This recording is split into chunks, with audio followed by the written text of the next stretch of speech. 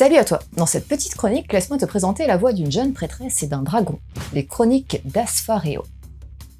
Déjà à l'époque de leur collaboration avec Delcourt, les éditions Akata avaient à cœur de démontrer la diversité du genre shoujo, et cela s'est évidemment poursuivi depuis qu'elles ont pris leur indépendance. Et pourtant, dans leur catalogue, il manquait toujours un représentant pour un registre mine de rien assez courant, à savoir le shoujo d'aventure fantasy. Ce manque est enfin comblé avec l'arrivée des chroniques d'Asfaréo. De son nom original, Asfaréo no Sobayonin, grosso modo la servante d'Asfaréo, cette œuvre bouclée en 9 tomes a été prépubliée de 2016 à 2019 dans un célèbre magazine assez spécialiste du genre, le Hana to Yume de Akusancha, qui accueille aussi dans ses pages Yona, princesse de l'aube, The World is Still Beautiful, La princesse et la bête, et elle semble avoir rencontré son petit succès puisque dès 2019, elle a eu droit à un court spin-off nommé Shirogane no Ryūen. Il s'agit de la première série longue réalisée à 100% par Chitose Shiki, une mangaka ayant débuté en 2013 et qui avait auparavant planché uniquement sur des histoires en un seul ou en quelques chapitres, ainsi que sur Obito no Hime to Kubinashi Kishi, manga en 3 tomes où elle était uniquement au dessin.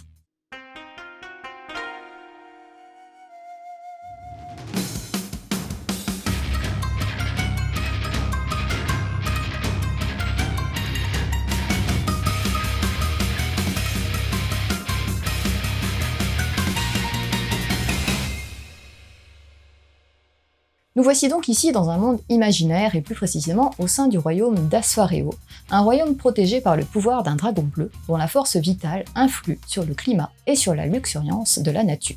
C'est auprès de ce dragon nommé Julius que la jeune Rucule se retrouve servante avec une forte volonté en tête. Enfin se rend utile, elle qui a toujours souffert au sein de sa famille des remontrances de ses parents, face aux qualités beaucoup plus évidentes de sa sœur Milea. Julius est réputé pour être un dragon au sale caractère et peu aimable, mais Rucule, à force de persistance, pourrait éventuellement parvenir à atteindre son cœur, voire trouver sa place. Ainsi fait-elle de son mieux en débarrassant le dragon de ses écailles abîmées, en lui apportant ses repas, sans savoir que dans l'ombre, un sombre secret plombe le royaume, expliquant aussi le fait qu'il ne pleut plus et que l'équilibre naturel est menacé.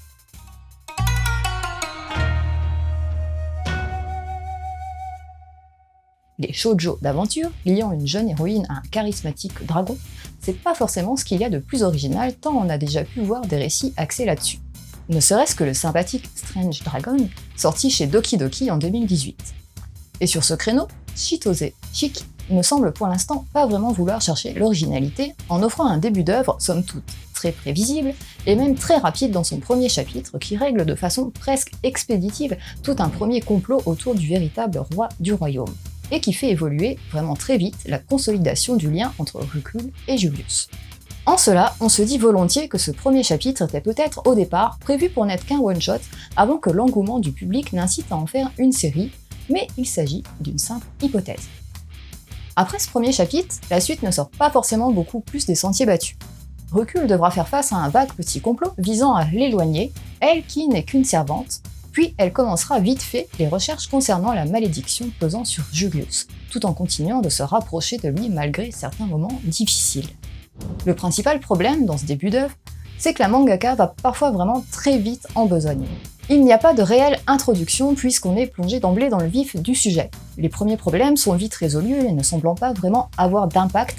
C'est à peine si on entrevoit des réactions suite à une arrestation, par exemple, et pour le moment, le background global autour du royaume est quasiment absent. Il en résulte une lecture un petit peu lisse et qui pourtant parvient à montrer une part de charme à travers toute autre chose, à savoir le lien qui se construit entre les deux personnages principaux. Ça a beau être très rapide, on sent bien la douleur que Rucule a à cause de son sentiment d'inutilité au sein de sa propre famille, et dès lors son bonheur d'enfin être utile et de trouver sa place quelque part, d'autant que la jeune fille met vraiment du cœur à l'ouvrage, et sait vraiment se montrer courageuse pour protéger Julius. Quant à notre cher dragon, on comprend facilement l'attachement qu'il se met à ressentir pour cette héroïne qui fait attention à lui du mieux qu'elle peut.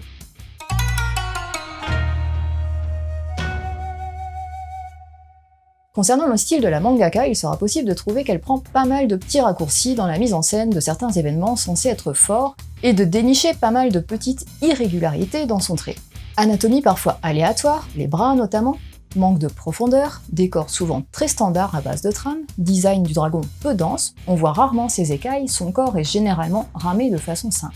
En revanche, il se dégage du trait fin une certaine sensibilité qui n'a aucune difficulté à retranscrire ce que peuvent bien ressentir les personnages, avec à la clé quelques jolies petites scènes entre Rucule et Julius. Les chroniques d'Asfaréo commencent donc de façon classique et peut-être un peu trop rapide et maladroite, avec ses premiers rebondissements lisses et un univers global qui ne s'enrichit pas beaucoup pour le moment. Mais l'œuvre s'est toutefois tirée parti du joli lien qui s'installe entre ces deux personnages principaux, ce qui suffit largement à donner envie de voir de quoi la suite sera faite.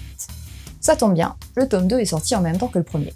Notons qu'après 155 pages, ce tome laisse place à une histoire courte d'une grosse trentaine de pages, sans aucun lien avec Asfaréo, conçu par la mangaka avant et proposant une petite comédie romantique estivale sur fond de natation. Plutôt agréable à suivre. Enfin un mot sur l'édition française, qui bénéficie d'une fort jolie jaquette.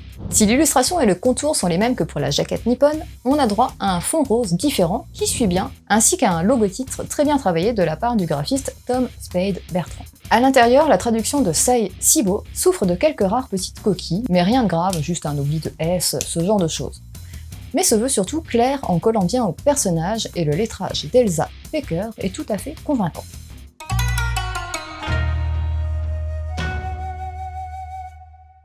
Pour les conseils, tu peux te diriger vers Yona, princesse de l'eau, un shoujo également dans un univers fantasy où une jeune princesse va voir son destin basculer très rapidement.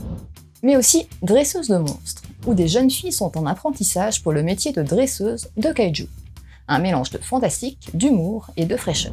Et file voir la série Vision d'Escaflowne où Hitomi, une jeune lycéenne, peu de temps après avoir eu des visions, elle va voir un jeune homme en armure apparaître devant elle, puis un dragon, et là, elle se retrouvera juste après avoir assisté au combat entre les deux, transportée sur une autre planète. Le début d'une aventure fabuleuse.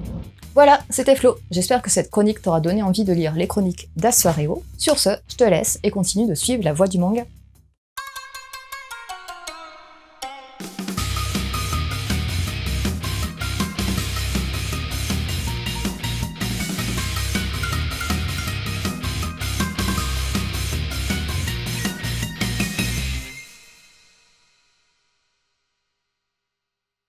Eh, tu sais ce que c'est le comte pour un dragon? Non? C'est déclarer sa flamme.